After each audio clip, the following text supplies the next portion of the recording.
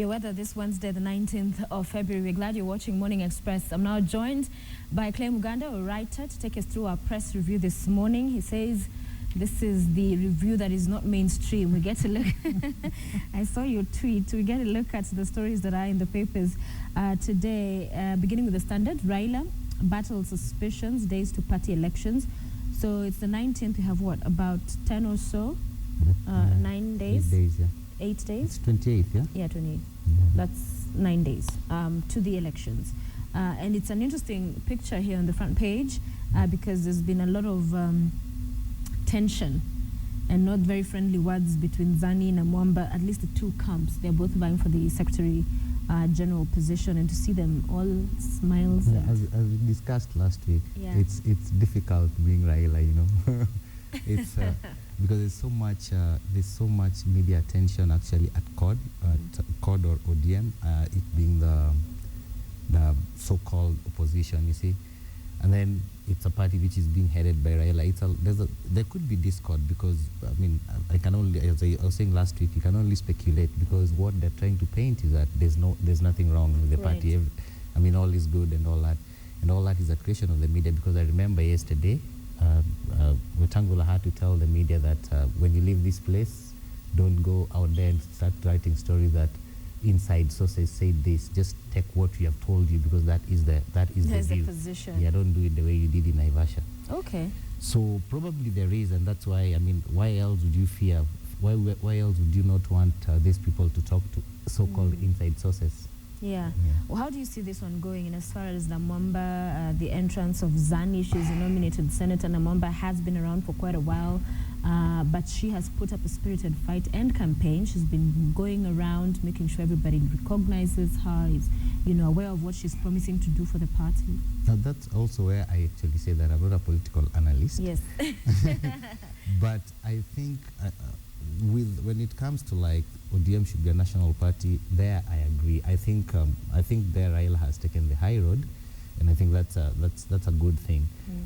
Whether Namwamba will win or that one, I cannot. Even with Arati being put there to make it look like it's that one, only political analysts to be able to address. Can talk about it. Yeah. There's a fresh storm in Uhuru's party over cash. So you have members led by Kajiado North MP Moses Ole Sakuda, who met at a Nairobi hotel. So he's leading a camp that is being said to be out to oust the Johnson Sakaja, the national chairman, Onyango Olo, and it's all about what they're claiming is mismanagement of funds. Yeah, you know, the good thing about that is it's what we also actually, we've not internalized is that politicians, and by extension the government, is always guilty, and it is up to them to prove themselves innocent. So here is a case where politicians are going after other politicians. They're actually asking the questions. They're already feeling like, okay, fine, these people, they have to prove to us that they're innocent. So that is exactly what is going on there. I mean, there was definitely likely to be something like this over money. It's always over money. But they're all in the same team. So what begs the question, the other day, when they had the PG at the State House, what the president told them is not to air their dirty linen, that if they have issues, to resolve them inside. So one would wonder, is this a question really of funds being mismanaged, or is it about seeking leadership positions? That there are those who feel they should be the ones. As long as there's money, because actually this is our money. This is a part of that party funds, I think. True. Yeah. As long as there's money, politicians will always fight. Why do you think they're actually fighting in court also? I mean, it's all about that. They're always hungry for power, and with it, they know that it will come with money. So I don't know how Sakaja is going to fight that out, because for me, I see Sakaja as a young politician who talks as like an intellectual. I just hope that actually he manages to weather the storm. Yeah, I don't that know he how can also play politics. Yeah, but because he comes across as a very bright fellow. I mean, and this is very rare for me to say something about somebody like that. So he must be indeed bright. I watch him on TV and all that, and I hope that he weathers the storm. I mean, because and it's not the first time they're trying to oust him. It's not the first time this. Because okay, fine, wherever he got the party from, and I mean, I think he started the party or with Onyango Olo. And I think for me so far, I think they've done a good job. I mean, yeah, because initially the argument was that now that he's nominated MP, he shouldn't double up, that the chairman should just be left to be chair. But hey, our story will continue to watch. But before the money bit came about, there was no such thing. Nobody wanted to be the chairman of the party. Right. Yeah. So and it's all about money. There's some money. Yeah. So everybody wants to be the chairman now. Okay. I mean, that's what these guys do all through. I mean, they've done it all the years. I mean, there's nothing new. Probably Sakaja expected that. Okay. Yeah. We will not honor summons until case is heard. That's the governors and... We will not, yes. That's the governors are telling the senators. But we saw one of them who appeared. I don't know which governor it was, but one of the 9. I understand Kidero has appeared before them, based on what the discussions last evening. Right. Oh, I remember... there's a governor who actually, when he was just before the elections, and somebody asked him why he wanted to be a governor, why didn't he want to be a senator? And he said that he's worked in the government for so long, he cannot end up being a heckler. So this supremacy battle started right before, even before they got to these positions.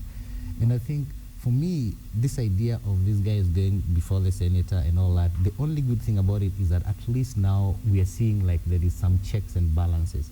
But my question is, who actually is checking the senators themselves? I mean, I'm very happy that at least there is some form of somebody looking at the excesses, if any. Yeah. But just as I said again, it gets to that level because politicians are guilty and it's their duty to prove themselves innocent. Anytime they launch anything to do with public funds and all that, you have to start asking questions immediately. And it's because we never asked these questions when all these things were happening at the beginning. All these guys were just launching all these things and all that, and we were never asking questions.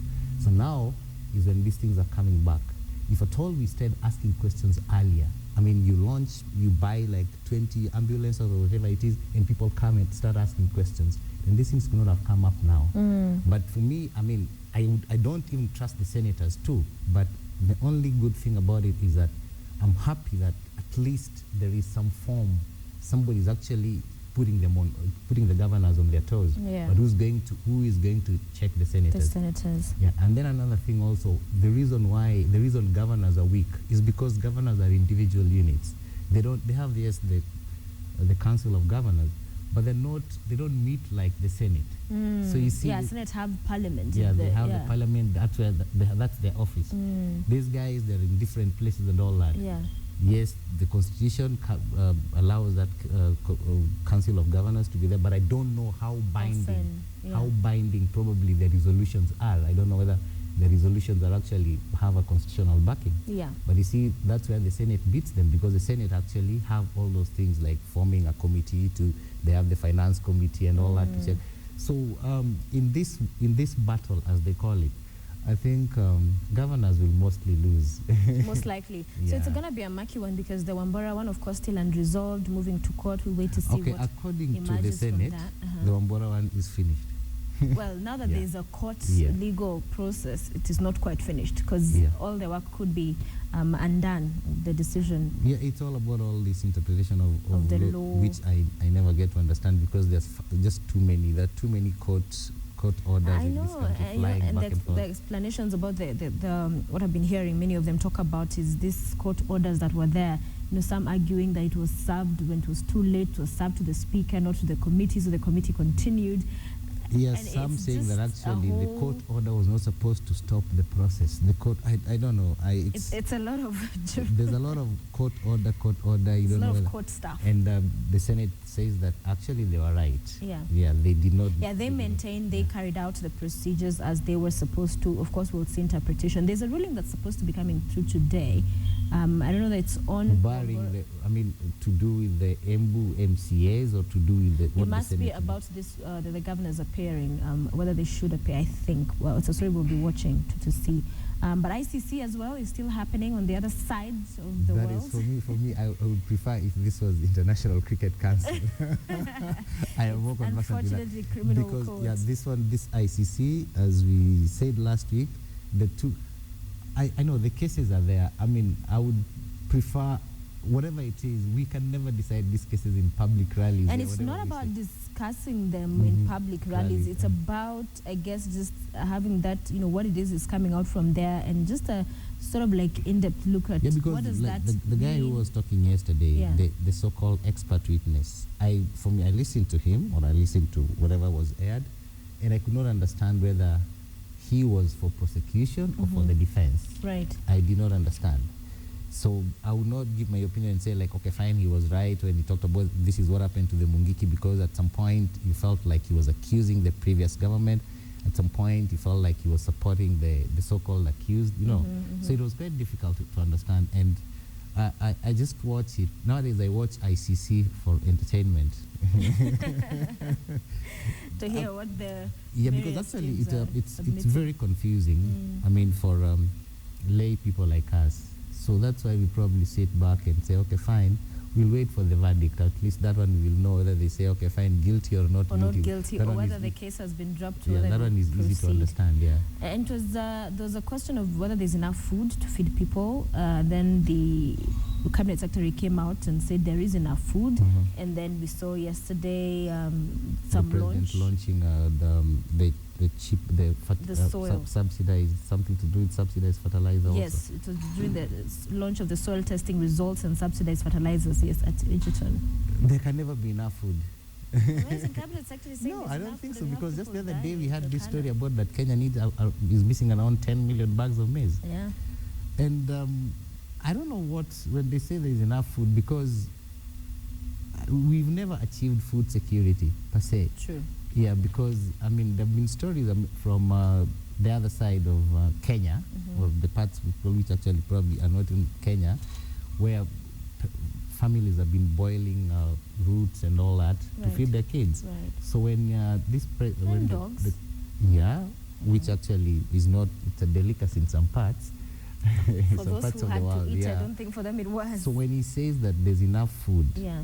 who actually is accusing somebody he's saying that somebody is actually telling lies, and again he is a part of the government, guilty until he proves himself innocent. I mean, that is it. Yeah. Yeah. And when you have people dying, I mean, of hunger. Because you cannot convince us that actually that there's enough food. There's And enough just the food. other day we had this story about and actually that must have come from the government. Yeah. And there've been very many reports about famine and all that. And all that. And now this launch, of course, this new soil, this new methods to help alleviate the situation in as far as agriculture, just helping there to be better practices and farmers to be able to practice and be able to... Something that actually we should have done very long time ago as a country which is 50 years old. We should not be actually now hankering around looking for better ways of, okay, fine, research continues all through.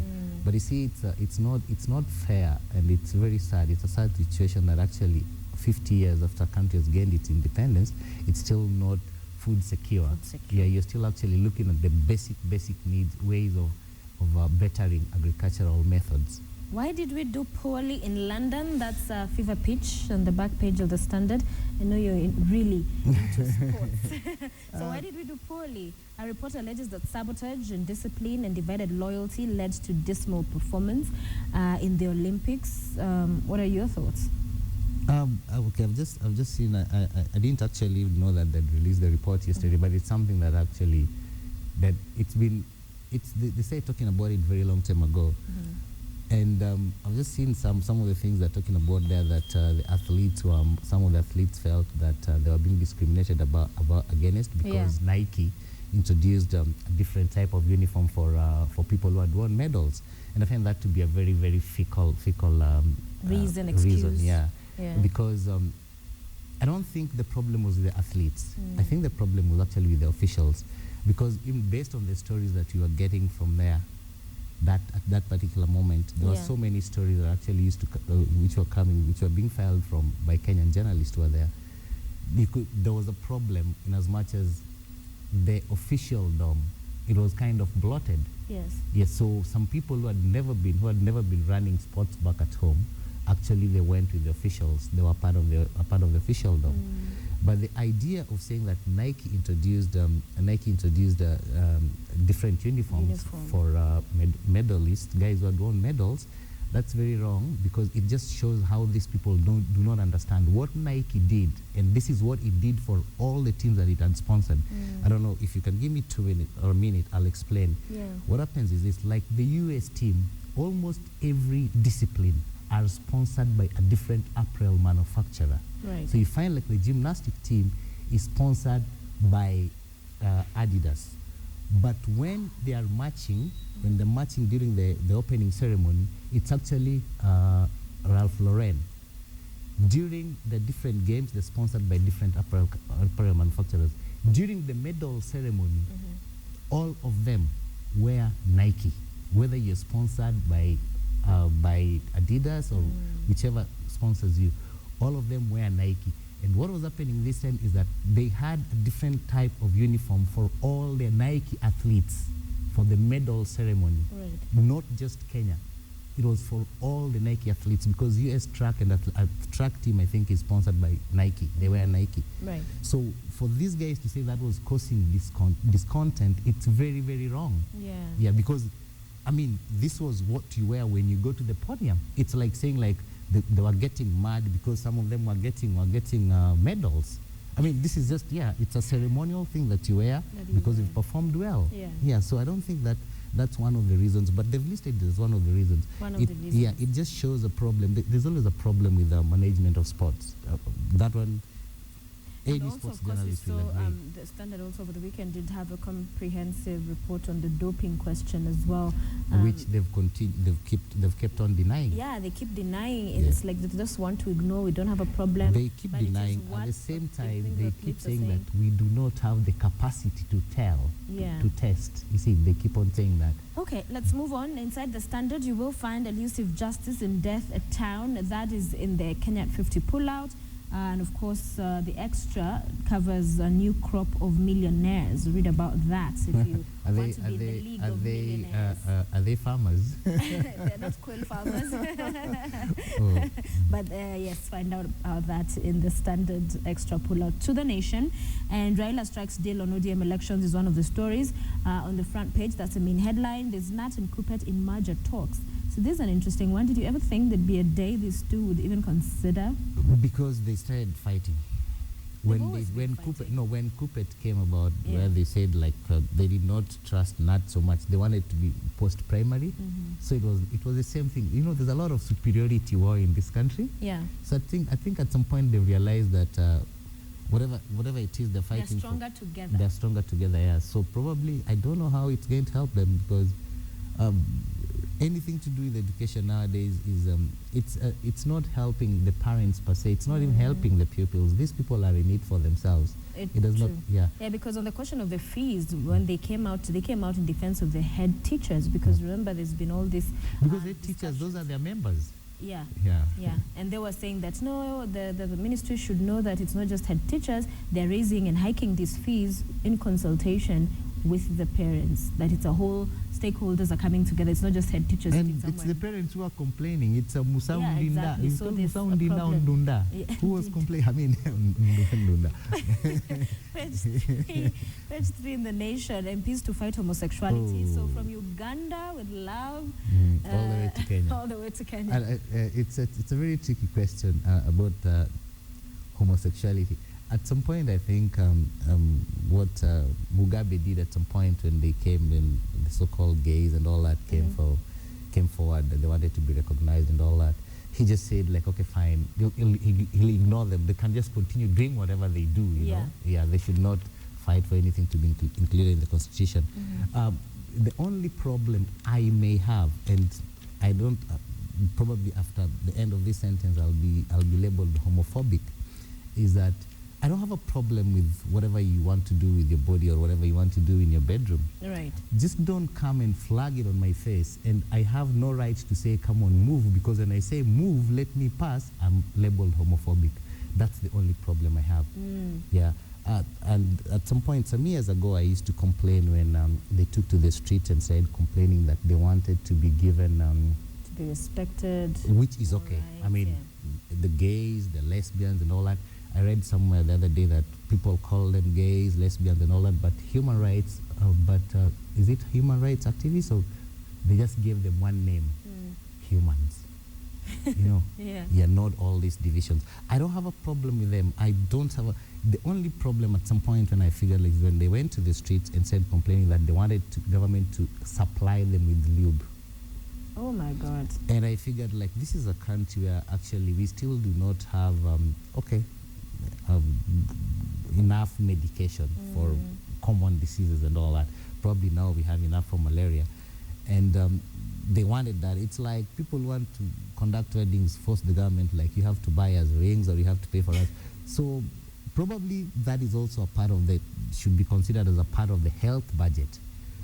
Maybe it should be, but as long as, I think they should be left alone to do their thing. But it will be interesting to see when it comes before the House, because some members of Parliament have lauded Museveni, who now has seen the U.S. president criticize. So how will they legislate? What are they going to do? How will they? Will they be knocking, or will they be knocking on people's doors and finding out, like, are you straight or gay? I mean, what are they planning to do? The unfortunate thing is, what you see, you've heard of incidences where people, when you're suspected to be, they're lynched. But in Kenya, they've been. I mean, actually, if anything, I mean, I've heard all these stories about people saying, "Oh, the U.S. has done it. Why can't we also do it?" Which is okay. But you see, one thing we also need to understand. We also need to understand is that even in these Western countries, it took some time, and sometimes I even think that when it comes to tolerating lesbians and gays and all that, I think even Africa sometimes is better, because, like in Kenya, is there any form that when you go to seek employment where you have to write your sexual orientation? Until the other day, they had this thing in the U.S. military: don't ask, don't tell. So actually, there was something, they had some provision about gays. We don't have that. So I think in Kenya, things have always been, things have been good so far. I don't know how it's going to work with Museveni, because I don't even think why Kenyans listen to Museveni anyway. And of course, they banned miniskirts as well. Interesting. Oh, in Uganda? In Uganda. Oh, so sad. Page 11, this is the story we look at here before we move to the Star. And MPs approve rules to govern Uwezo Fund. So that was launched way back. It was that 6 billion shillings. And so this is one of the mechanisms had not been put in place. So now that we have the rules, all, of course, we'll hope that this money will actually be spent in the way. And these rules favor them, the MPs. Yeah. Okay. Yes. Of course. There's no way How MPs. So? How do they favor them? There's no way MPs will come up with rules when there's money involved. There is no way they'll come up with rules which don't favor them. Are they not the ones who probably want to control it? Because actually there was already that, and I think they were being told, like, you already have CDF. Yeah. Yeah. You already have CDF and stuff. And it's taken them, so first the money was, the fund was launched, and all this time there were no rules. You see, this is the problem we have with our country, is that we do things after the fact. Yes. Why launch it? Yeah. Then you're like, oops. Yeah. How does it work? Then that's when we start looking for the rules. Yeah. I think what should have been done was probably should have laid down the structures. This is how it's going to be distributed and all that, and then launch the funds. Okay. Yeah. All right. Let's go to the Star. We'll see how that one goes. That's the ICC story. The ICC is the headline. But, 500 Mungiki were killed to assist Kibaki. Is the headline. ICC witness says sect was campaigning against president. I mean, and that is what I was telling you. Like, I did not quite understand whether he was confusing on whose side. Whether he was he was blaming the previous government, and he said so many things. I don't know how expert he is on local issues. Yeah. There are more details on page 6. And then there's a headline picture, an interesting one here. Mutua launches Machakos First Lady. She's beautiful, I must say. Okay, fine. If I were a judge and Mutua was brought, I was in case which was to try Mutua, I would disqualify myself. Why? I've known Mutua for so long. So you know the real wife? No. I'm not talking about that. I'm not saying that. What are you saying? This is actually a declaration I'm making. You see, it's always good to come clean. It's always good to come clean. Okay. I've known Mutua for so long. And has this been the woman you have known? I am not answering that. Because this story, according to this story, I started by saying if this were a court of law, you'd disqualify I would disqualify myself. You know the truth and you... No, I did not say I know the truth. Anyway, I mean, it's good. I mean, I don't think there's any problem. What is interesting is when he posted the picture, according to this story on social media, and captioned her as the first lady, you know, quite a number of people commented. First, there were many likes, 700 likes immediately, 170 people commenting. But then now the issue came up when somebody else posted a different picture, which is on page 6, and of Josephine Mutua, who they say that's who they know. I think the best thing that should happen. No. Let whoever thinks like she is the first lady come out. I would not go for what another party posted.